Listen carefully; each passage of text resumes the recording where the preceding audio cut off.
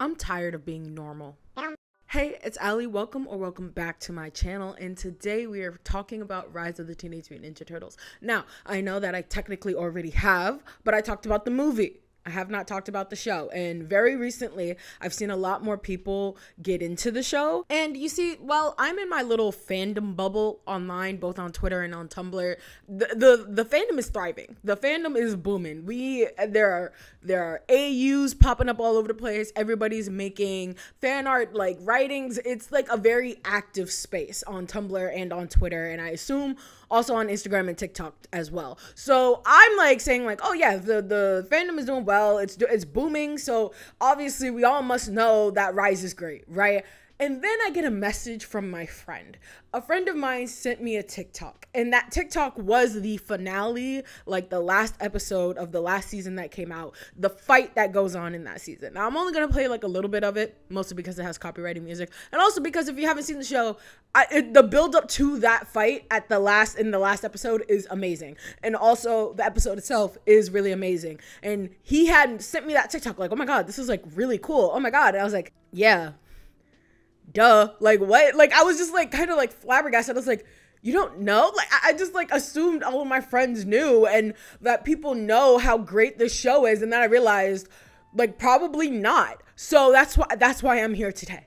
I'm here to put you on, officially put you on to Rise of the Teenage Mutant Ninja Turtles, because I need the show to come back. I desperately need the show to come back. So today I'm going to do my due diligence as a Rise of the Teenage Mutant Ninja Turtles fan and spread the gospel. But first, if at any time you like this video, please give it a like and subscribe, because I make videos like this all the time. And comment down below how much you want this show to be saved, because hashtag save Rise of the Teenage Mutant Ninja Turtles is a hashtag that has been trending for like months now, and I desperately need the show to come back. I really do. Let's get into it. So the whole reason any of this came to pass is because I started rewatching the show, you know, to feel something. And boy, howdy, did this show make me feel something. Like, not even halfway through the first season, rewatching the first season, I immediately was on Tumblr and Twitter and Instagram and TikTok, all the places, like looking up stuff from the actual like show and just being like, please tell me other people are talking about it. Which, like I said, this fandom is extremely like active, which like, thank God. I'm so tired of becoming into fandoms where the shows have ended and the fandom has just abandoned it. Now, if someone were to ask me which TMNT show they should start with first, I honestly would point you to Rise, not just because it's my favorite iteration, but honestly because I think it is the most like easiest to get into. See, this is a hard one. It's a hard one because it's the easiest to get into, just like watchability wise and rewatchability wise, but also like personality wise, which we'll get to. I can understand why people would be like, if you want an overall feel of how the rest of the TMNT adaptations are, I honestly wouldn't start you with that, because it is very clear that for people who aren't into it, they saw Rise of the Teenage Mutant Ninja Turtles, saw their personalities and was like, wait a minute, which we'll get to. But I honestly say that the Rise show, you should watch that first if you're really complete. Miss Ma'am, don't even do it. Do not. She's back for a round 2. Miss Ma'am, do you have anything to say about the destruction? Excuse you. Do you have anything to say about the destruction of my property? Ma'am, do you have anything to say for yourself? Okay. You too, sir. I see you. I say to start with Rise mainly because of how like soft it all is. Like the 2012 Teenage Mutant Ninja Turtles, it's very like heavy after the first season. Like the first season very much so focuses on the brothers and they're getting to know each other, the audience getting to know them, and also their dynamics and their interpersonal connections with that. However, after that, it's heavily focused on plot and just, you know, balls to the walls action, which is fine, which is like honestly what we were expected. And honestly, Rise does the same thing, but I feel like Rise still keeps that air of like lightheartedness almost all the way until like maybe the last couple of episodes. And the 2003 version I specifically watched as a kid, so I can only speak from my nostalgia. I'm gonna rewatch it eventually, but I can only speak from my nostalgia, and that it is more episodic and week to week based, with more like not overarching villains of the whole story, but overarching villains per season as it relates to that. But honestly, that's like all I can remember, so like, you know, if I'm wrong about it, I'm wrong about it. But that's why I would honestly say start with the Rise show if you're completely new to Teenage Mutant Ninja Turtles. If you are a seasoned vet of the Teenage Mutant Ninja Turtles and you don't know where to start, like if you only like, you know, ingested movies or maybe the last one, I would honestly say start probably with 2012 and then work your way up to Rise, because honestly, if you don't know anything about Rise and if you don't go into Rise with an open mind, especially about their personalities, what happened was a lot of reactionary backlash on it. Again, we'll get into that in a second. So much like Adventure Time, come on, I wasn't going to do a video without mentioning Adventure Time. It's like a staple at this point. The show starts off as kind of this week-to-week monster of the week type beat where there's a new villain or a reoccurring villain that happens every episode. Shenanigans ensue. They defeat the villain. Funny, haha. You know, move on to the next episode. And obviously, over time, like Adventure Time, this starts to develop into an ongoing plot that is still contained within like a week-to-week episode basis. And honestly, I actually really like this kind of like way of thinking. Specifically, I really like that it leads a lot for character writing and also really good episode writing. I feel like that is often overlooked on shows that don't have right away an overarching plot. I feel like good episodic writing is hard to do more when you have like this overarching plot that you need to get to. When you constantly need to get to the next point in a plot, single episode writing can be very hard to like really nail down and make good. And when you have episode to episode writing and you even have different writers writing on different episodes, you get a lot of like really good quality episodes out of it. I also think this works in the favor of these types of shows because we get more contained like storylines and also contained jokes that when spread out like over the course of the entire show become running jokes, running gags, and inside jokes to the audience that watch them. It also helps the story feel more like a journey. I know that when a show is just constantly overarching plot and it's a shorter journey, it can feel like not rushed through, but it feels like you don't get a lot of time to spend with the characters. And shows that are more episodic like this, you get nothing but character a lot of the time. So it puts a heavy emphasis on character writing and character development, which we see a lot in this show, which of course can lead to a lot of memorable moments. Like, where else are you gonna find— Stop! It's not that! It's Booty Shaker 9000. And also, Room 16, take corridor B, down the stairs past the Ibis Tapestry. Donnie really took the cornerstone of the comedy in this show, which is like interesting because I don't think Donnie ever gets that moment to shine comedically. I feel like in all the other iterations, they all get their like little moments, but Donnie specifically, I don't know who was in charge of writing Donnie's character, but Donnie's character in this iteration is the best Donnie ever. You can go fight with a wall. Like this is literally the best version of Donnie ever. I'm inclined to say it's the best version of all the turtles, but if we had to fight about it, I would put my stake on Donnie like the most. Donnie is the best iteration of Donnie in this. I feel like they give him stuff to do than just being the tech guy. That is something I'm not gonna get too into that because I feel like honestly that's its own fucking video. But in this iteration specifically, I think they give Donnie a lot more personality. I feel like Mikey is still put off on the wayside. We'll get to that in a second, but Donnie definitely, he's like cornerstone in the comedy department in the show. And you think these jokes would get old after like a couple of rewatches, but no, I still find all of the jokes pretty funny. I'm even laughing at jokes that I haven't like noticed before or something like that. However, there are some, I would be remiss to say there are some that like just I'm tired of hearing. If Raph says like a boss one more goddamn time, I'm gonna shove him off a cliff. But honestly, most of the jokes do still keep up over time. So, you guys from Jersey? So speaking of character writing and personalities, let's talk about it. It's definitely the most polarizing thing about this show. You either immediately understood it and was on board, or you were completely slapped out of left field and probably had a very reactionary, like, ill no stance to it.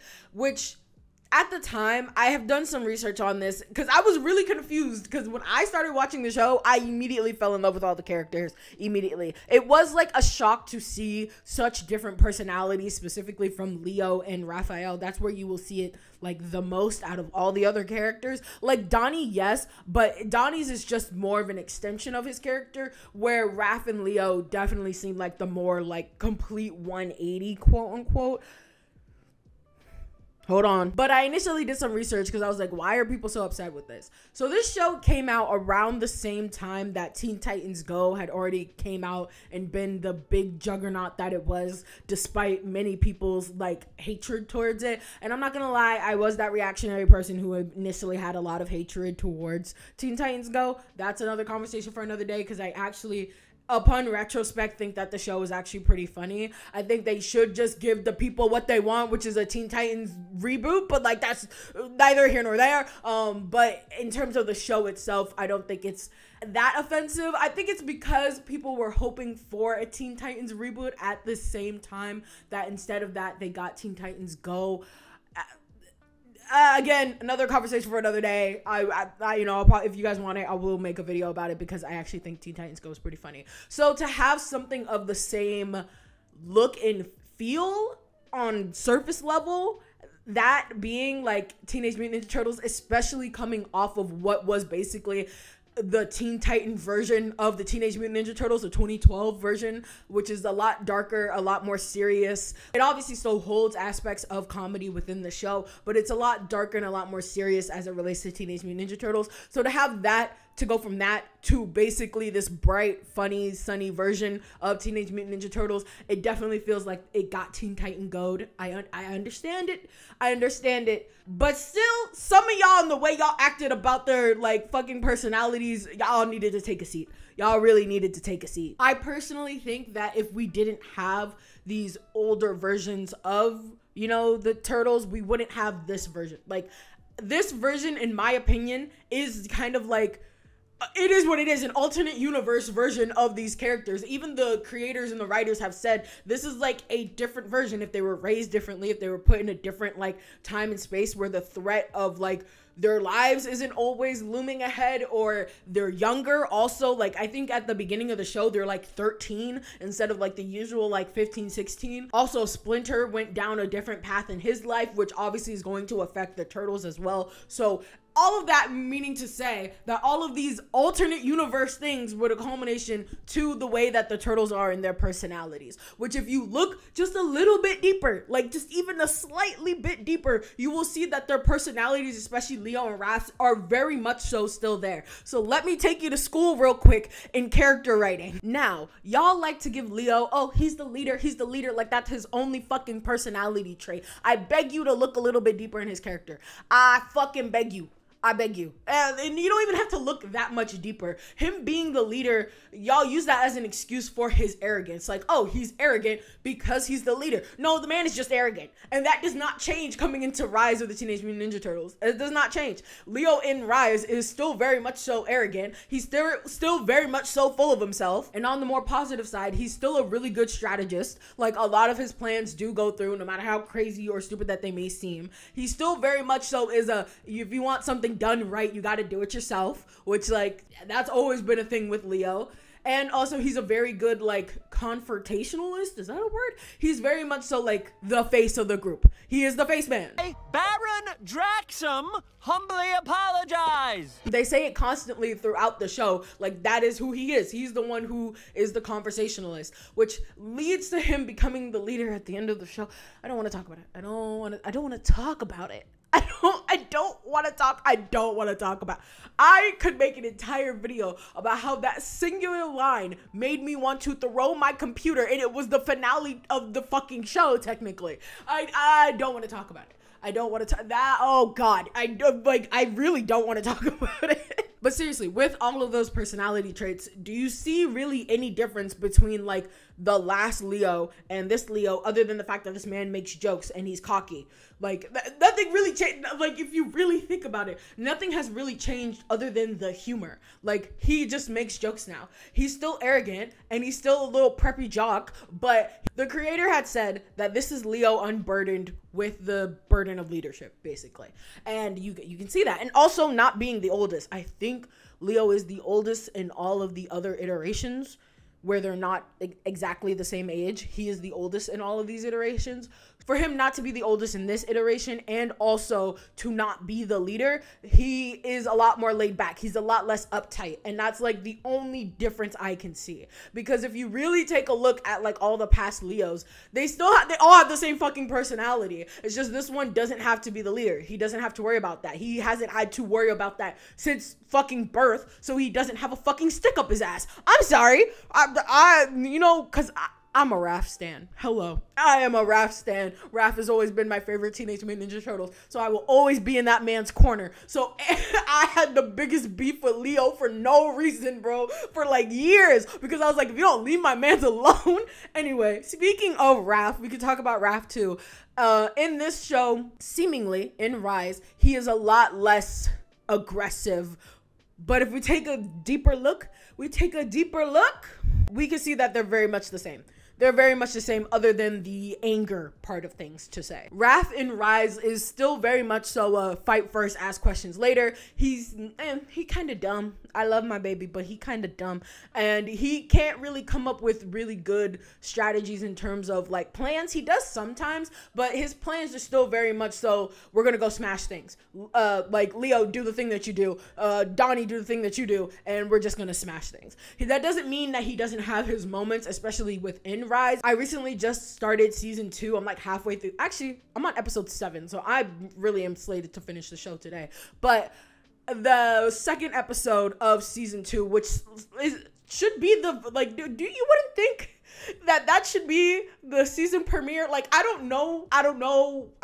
But like episode 2 of season 2 should be the premiere, and yet it's not. The Layer Games and was it the Flesh But Never Forgotten, I think, is the season like premiere of season 2, which are great episodes. Those episodes are great, don't get me wrong, and I could do a whole section about how I could do a whole nother video about how the difference between the first season and the second season and how like amazing those are. Anyway, but like episode 2 of season 2, you can see that Raph does come up with a plan based off of his observations of everything that has been happening. So it's not like he's a bad leader by any stretch of the imagination. He is not a bad leader. It is just he's not really the one who comes up with the like very particular strategic plans all the time. This Raph is obviously still very protective of his brothers, even more so. That's very visible now that it's not covered up by this like anger. I think that with the other iterations, his protectiveness, Raph's protectiveness, comes off more aggressively and more like just mean. It doesn't seem like it's coming from a place of love, but if you look deeper in those iterations, you can see that it is. And here it's kind of cut and dry because Raph is a lot more openly sensitive without the like, sheen of like anger, which is a thing. Like Raph still definitely gets angry in this show. He does. He's definitely the one who still yells and screams the most, in my opinion, but it's less like aggressive anger, like I'm pushing everybody away from me anger, which is what we see with all the other iterations of Raph. And this is more just like anger out of, you can see straight up like love for his brothers and protectiveness of his brothers. And he's still a little sensitive baby. All of the Raph iterations are sensitive as fuck, and he is no exception. Again, it's just not covered with the sheen of like anger. So I don't really like, I can see the reactionary, like immediate like reaction to be like, oh, you changed all of their personalities, and for what? But then we also have to look at Splinter. Oh God, Splinter. I don't have an excuse for him. It is just a choice that they made with his character writing, which I actually really like. I like cocky playboy becomes a dad. I really like that trope. Sue me. I love that trope in videos so much. Cocky playboy just becomes a dad and now has to be a dad. Like, I love that trope so fucking much. So the fact that they made that with his character, I really want to, like, if I ever were to be able to ask, like, the writers, like, what made you come up with this whole, like, Lujitsu thing? Like, I really want to know, like, how did we get there? Because it's great. It's a great storyline. It's a great plot. It's a great like origin story for Splinter to end up the way that he ends up. Man deserves, after all the shit that he's been through, to sit on the couch. He even says he wants to go out eating rainbow sherbet. Like, he deserves to do that. He deserves to be at peace. Like, all the Splinters deserve to be at peace, but he also deserves to be at peace just because, he's less of an active dad, honestly. But you know, it is just a character choice that was made, and I just like that character choice. I don't really have an excuse for like, oh, but he's always been like this, blah blah blah. I was like, no, not really, especially Splinter. I feel like because of that, they gave Splinter a lot more of a personality and a character arc that isn't just, oh, this shit was from my past and now it's here and now you guys need to fight it. Like, that is still what's happening now, but it's more of like a personal connection with him and his own life, like the whole thing with him and Big Mama, him and Draxum. Like, it's a lot more like connected than like Splinter just being like, yeah, Shredder has been, you know, the bane of my clan's existence for years, go fight him. Now it's like, okay, we have actual like story for him of his past life and what he was doing until this moment. So I really, really like that for him. You either like it or you don't really with Splinter. I understand that. I understand why some people don't. I just really do, because I like the character direction they went with him, because it gave him more personality. It gave him something to do. Also, like like a Splinter has his moments in every iteration where he does something, but I think in this iteration he does a lot more. Like, he goes out a lot more and does things a lot more, instead of just like the push to shove moment that we see in other iterations where Splinter like finally does something after like, you know, episodes and episodes and seasons, and it's only for like one episode. This one is more like he's like an active participant in the series now, especially once season 2 happens. So I really like that. Understandable if other people don't know. And then April, I didn't see any like really qualms with her, which there shouldn't be. I said this before and I'll say it again. Making April black was the best thing they ever did. I won't elaborate, but it's just the best thing they ever did. But I will elaborate on her personality. I actually like that she's kind of a jack of all trades, making her the same age as the rest of the turtles. Well, actually, I don't know if she's 13. I think she's like slightly older than them because she's in high school. So I want to say she's like 14, 15-ish, but making her like around the same age as them, instead of like an adult, which she is in like some of the other iterations, which doesn't make sense to me, especially if Donnie is supposed to have a crush on her. Now in this iteration, most semblance of that is gone. You can squint your eyes, tilt your head, and zoom real close in and be like, maybe. And maybe if the show had gone on, which God, I'm still hoping that it does. I'm still fucking hoping that it does. Maybe if you squint your eyes, tilt your head, zoom really in on like 4 moments in the show, you can be like, oh, there's some crumbs, I guess, but like there really is no romance, which I'm totally fine with, because after 2012, I needed a break.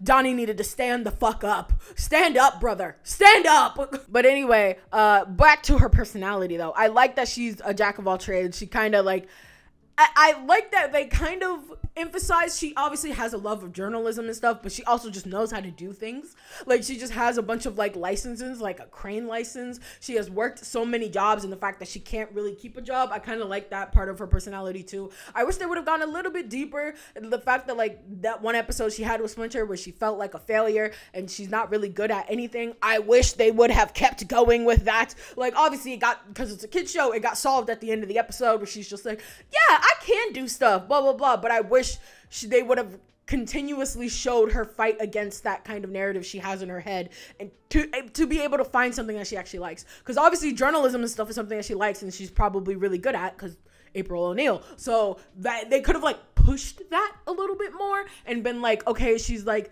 she has all of these skills that can make her a good journalist, because she can go out there and do things like have a crane license.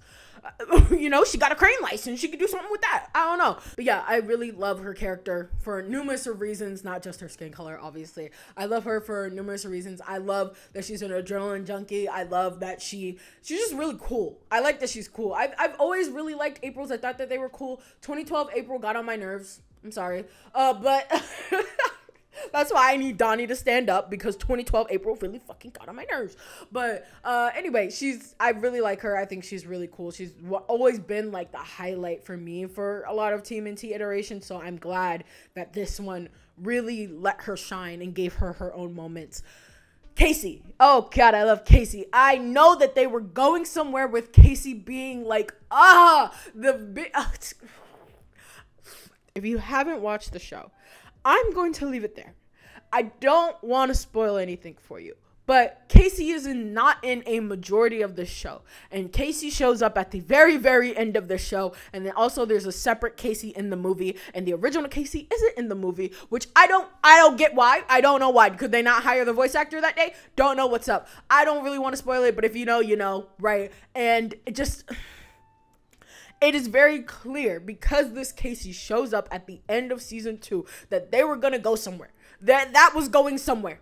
And it goes nowhere, because it can't. Where is it to go? Where is it to go? There's no another season for it to go anywhere. It's frustrating. It's frustrating because Casey and Raph are like my favorite fucking duo. And this iteration, Casey and Raph would have been so fucking good. It would have been so goddamn good. And it's gone nowhere. I need the show to come back, please. Please.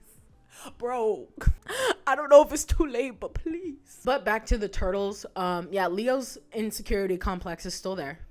Still very much so there. It is actually even like more so shown now that he's not under this guise of leader. That insecurity complex is, it's there and strong. Especially in the movie. But going to the other turtles, like I said, Donnie finally getting the recognition he deserves of being the like tech guy. But being more than that, being more than just a tech guy. I'm just thinking of that scene where he's talking and Raph is just like, if you don't shut up with your middle child nonsense. Anyway, this is like my favorite line in the whole show. Anyway, but moving on to Mikey. God. Mikey, I love Mikey. He still didn't get what he deserved this season. I feel sorry for Mikey stans. I really do. He was this close to getting proper character development and then just didn't. So I'm so sorry to y'all, because he definitely deserved like actual character development. He was really close, and maybe that would have been explored in a later season. Who knows? But he didn't really get it. And like the whole character development of him being the youngest and feeling the need to prove himself even more to like stand at the same like route as them. He got like an episode in Rise with that where he tried to do a mission on his own and Raph was being like really overbearing and overprotective. It was cute and scratched the surface, but didn't go much farther than that. And God, he gets shafted every time because he's usually just the comic relief character. So that already shafts his like character development usually in other iterations. And here, everyone's the comic relief because it's a comedy first and foremost, comedy action show. So everybody's funny. And so they did give him more of a personality in this show because everybody's funny. He can't just be the funny one now because everyone's funny. So they gave him more of a personality, but in terms of actual character development, I feel like we could have done some more. Lastly, let's talk about the animation. Do I really even need to speak? This animation is done by Flying Bark Productions, which also has done Lego Monkey Kid. Please go watch Lego Monkey Kid after this. If you like Rise, you will really like Lego Monkey Kid. It's the same type of vibe, same like funny, haha, action show. Animation is so good in every single fucking episode. Please go watch. Please, please, please, please, please, please, please. Thank you. I could make entire sections about everything in this show. I am very much a color person. So the color palettes in this show, beautiful. I love the way they make New York seem at both in the daytime and at nighttime, specifically at nights. The use of like purples in the show is like really prominent. I don't like know if that was, it had to be intentional because everything's intentional, but like the intentional use of purple and green within this show, I don't know if that's also why Donnie stands out, because he fits so well within the color scheme of the show, because hello, purple is his whole thing. But the city like being like kind of this purple hue over everything, it's really, really, really pretty. The background art in this is so pretty. And of course the animation like has a really good mix of both Western style and anime style animation. It also does a really good job of blending the two. Like you could be in the middle of an action scene which is heavily like anime style based, and then like have like when it cuts to like a comedic aspect, you'll have like a more like choppy Western style animation, which I love a lot. And of course this is like even more prominent in the movie because they just went balls to the walls with that. I don't know what the budget was, but the budget was high because they just went balls to the walls with that, and it's beautiful in every single fucking scene. I think the character animations are really good. I've been really like into character animations, which is just giving personality to each character in their animations. Facial expressions always. Raph always has this like, I don't want to say scrunched up face, but he does. Always a scrunched up face. Of course, they all have exaggerated movements. It's a cartoon. But, like, Raph specifically, with his, like, exaggerated, like, facial movements, I love it. Same with, like, Leo. Everything he does is, like, super confident, even if himself is not confident. Donnie, like, he's a little hermit man. Donnie a lot of the times is a little hermit man, so but he still speaks with confidence, and you can see that in his like rapport. Same with Mikey. Well, not same with Mikey, but Mikey does have confidence, like, and he, I don't know if this is weird to say, that he makes himself like seem taller even though he's like the smallest. He does a lot of stuff to make himself seem taller, and yeah, do I know what I'm talking about? Not really, but I I love them. So, and of course, the choreography on point. Of like, the choreography is really interestingly done. Like, in a way, it's very like, it has personality. It just does. And I'll try to put some clips up on the screen, because that's the only way I could like really tell you this. The whole reason why I even wanted to make this is because of the TikTok my friend sent me. Was the final fight put to a certain like song, and that song goes hard, and it just scratches the like best part of your brain. So I feel like I don't need to sell you on the animation, but the animation is great. The animation is amazing. Please go watch the show. They really put their whole tortoise into this, bruh. So lastly, I want to talk about the plot. Not too much into it because I don't want to give away spoilers, but talk about payoffs. Let's talk about payoffs. Y'all all watched my last video, right? Not judging by the views, you probably didn't. But in the last video, I talked a lot about found family and interpersonal relationships. And while this family isn't a found family, they are just a regular family. Definitely the interpersonal relationships, they're all still there, and they're all still kicking, and they're all still doing really, really well. I talked a lot about platonic interpersonal relationships and how important it is to see that. And obviously Teenage Mutant Ninja Turtles, it's very heavily important, considering the fact that they're the main characters of the fucking show. You need to have a heavy emphasis on interpersonal relationships and a Teenage Mutant Ninja Turtle iteration, because they're brothers. And especially when they in any show where you need to work as a team, and that's the basis of your show, is that the fact that you're working as a team, you definitely need to have that interpersonal relationship development there. And I feel like some shows, I'm not going to get into what shows, but some shows definitely kind of fail on this aspect. And when it comes time to like do something emotional, you're kind of just like, okay, but like y'all didn't really have time together. Especially getting to see dynamics we don't usually get to see, like Raph and Donnie, or even Raph and Mikey. It's always usually Raph and Leo, Donnie and Mikey. So to get to see like any other combination of that is really good. And then it also makes the actual like OG combinations like really stand out more. Like when Donnie and Mikey do get to have their own moments, it's really fun, and it's like what you would expect. But also getting to see Donnie and Leo, or Leo and Mikey, which is not a combination I think I ever see, but they get their whole own episode together, which is like really interesting. It's really like the dynamics there is really interesting. Like Mikey is like just constantly trying to one up his brother, and his older brother doesn't see it as much a competition until he gets bested by Mikey, and then he sees it as a competition. So that's really interesting to me, that's like their dynamic, which is not something I ever think of because they rarely ever get to spend time together. And of course, like I said about the show being a lot more lighthearted, it is a lot more lighthearted, but I feel like because it is a lot more lighthearted, there are some moments that really just sucker punch you in the face. Of course, we talk about the movie, but just in the show too, there's a lot of parts that kind of just sucker punch you in the face, especially in the middle of fucking nowhere. Like when Leo fucking says, "Why don't you guys trust me?" Like, like you guys never trust me. Like it's a character moment that comes out of nowhere. Like they're in the middle of like doing a thing, and it's like, and it's played off. Like the moment is really played off by Splinter. And also Donnie has a moment where he's like turning into his dad and like all that.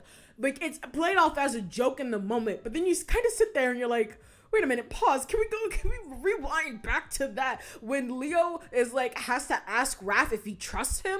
And of course, Raph says yes, because, character development, character moment, but like, we kind of, because it's played up for goofs and gaffs in the moment, in the heat of the moment. It's like, it's a battle and it's whatever, but it's also just kind of like pause, whoa. So I'm glad that like obviously they didn't just brush off those more serious character moments. They're just harder to recognize unless you're looking for them. And of course, this being my like second or third rewatch of the show, like I'm looking for them. I'm looking, especially after all the AUs that I have seen on Tumblr. Oh my god. Go read like Father Like Son, Rise of the Teenage Mutant Ninja Turtle fanfic if you want to cry. Oh, and if you are into more AUs, separated AU on Tumblr as well for Rise of the Teenage Mutant Ninja Turtles. Oh my god. Jesus Christ, y'all come up with some sick shit. Y'all are sick individuals, making me cry on the daily. I've actually grown quite fond of shows that start off kind of week to week shenanigans and build up after that. I think especially for a kid's show, it's kind of the only way you can do it, because obviously you could start balls to the wall drama like Dragon Prince or something. You could start like off just being completely balls to the walls, action, drama, whatever, you know, like a kid's version of Game of Thrones. But honestly, I like it better when we are kind of dipped into it, especially when it's done right. I think most of the time it's done really well. There are, again, some shows that just don't do it that well, but again, we're not going to talk about that. But shows like The Owl House, Gravity Falls, Rise of the Teenage Mutant Ninja Turtles, when they start off week to week, just kind of shenanigans, and then get deeper and darker as the show goes on, to you end up at the end. Like I always say, that meme that it's just like, oh, the first season of kids cartoons and it's all sunny and happy, and then the last season of kids cartoons and it's dark as fuck. I think that's the way to do it, because kids can't handle these themes. They absolutely can, but you know, you gotta dip your toe in, because by the time you like get to the deep darker parts, we're all attached to the characters. We want to see these characters win and succeed, and when the stuff does happen, it hits a lot harder. So I've just become a fan of that type of cartoon now. That is like most cartoons that are still on like cable television. I know with more like cartoons that go straight to like Netflix or a streaming service, they tend not to be that way, which is fine. I think there's a time and a place for everything. I've just personally grown really fond of that. Okay, my computer's dying and I've been talking for like 50 minutes now, but I could go on and on and on and on and on and on, like I said earlier, about this show. I really kind of want to, but I don't want to make too many videos about Rise of the Teenage Mutant Ninja Turtles, even though I really could. And let me know if you want that, because I still really want to talk about the first season. Like, I didn't dive too much into the plot because I didn't want to do too much spoilers for people who actually want to watch the show. But like, if y'all want to see me dive into this plot, I could dive into this plot. Let's talk about it. I could talk about what we possibly could get if the show were to ever be picked up again, which, God, please, God, please, please. Anyway, thank you all so much for watching, especially if you watched all the way to the end. You are a real one. I have this, if you watch to the end, I'm gonna try to give little sneak peeks of what I got coming up for people who watch all the way to the end. So next couple videos I have down the pipeline: Dragon Prince, maybe. I haven't actually decided if I even want to do a video on the Dragon Prince yet. I haven't even watched it yet, but Dragon Prince, maybe. I want to do kind of a mini series on Studio Ghibli and whether or not certain movies that we watched as kids are still as wholesome and cozy as they are now, which, like, spoiler alert, they're not. And so I kind of want to make a video about that, because we see Studio Ghibli as this like cozy thing, and then you watch the movie and like you have an otherworldly experience. So yeah, if you want to watch my movie review, oh my god, did my computer die? I think my computer died. Oh no. Anyway, okay, if you want to watch any of my other videos, there will be a playlist and a card. If you want to see my movie review, there will also be a playlist there. The video will be there, I mean. So yeah, thank you so much for watching. I don't even know why I'm still holding this. My computer has died, which was recording the audio. God, I hope the audio saved. Anyway, I'll see you in the next episode. Peace.